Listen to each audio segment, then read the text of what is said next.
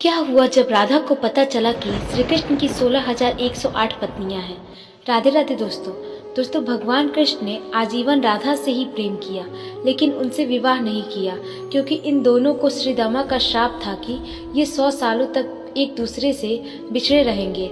इसलिए देवी राधा का विवाह अयन से हो जाता है और श्री कृष्ण का विवाह रुक्मणी से हो जाता है। लेकिन देवी रुक्मणी के अलावा भी श्री कृष्ण की अनेकों पत्नियां थी। दोस्तों भगवान कृष्ण की 16,108 पत्नियां थी, जिसमें से उनकी 8 पटरानियां थी और वे सभी के साथ एक जैसा व्यवहार करते थे। वे अनेकों रूप लेकर अपनी सभी पत्नियों के साथ समय व्यतीत करते थे।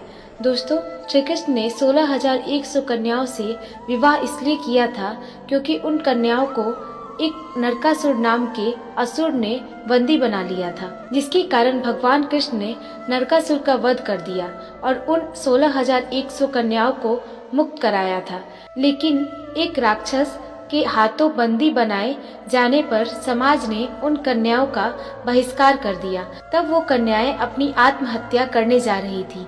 तभी श्री कृष्ण ने उन सबको अपनी पत्नी के रूप में स्वीकार किया था और भगवान कृष्ण ने सभी पत्नियों को अपना महल, वैभव, संपत्ति, ऐश्वर्य सब कुछ दिया था।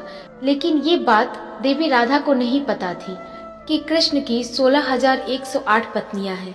तो आइए जानते हैं कि जब उन्हें पता चला तो क्या हुआ। दोस्तों जब कृष्ण मथुरा चले गए तो उन्हें वर्षों बीत गए, वृंदावन लौटे।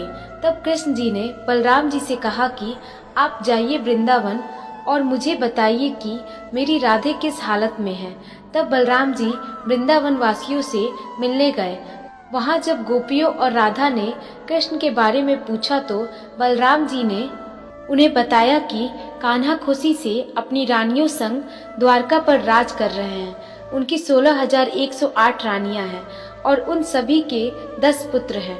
ये सुनकर राधा रानी के आंखों में आंसू थे। राधा दुख में है, ये देखकर गोपियां उन्हें संभालने के लिए आगे बढ़ी। तभी सभी गोपियां हैरान हो गई। उन्होंने देखा कि राधा खुशी में झूम रही थी। तो बलराम जी ने पूछा कि राधा तुम्हें क्या हो गया।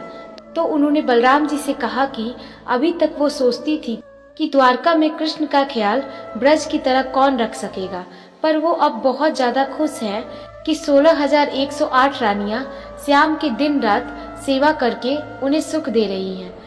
वो उनका ख्याल हमारी तरह ही रख पा रही हैं। दोस्तों राधा रानी के ऐसे दिव्य प्रेम को मेरा सत सत प्रणाम, जिन्होंने अपने कृष्ण की खुशी के लिए श्याम की 16,108 रानियों को भी स्वीकार कर लिया था।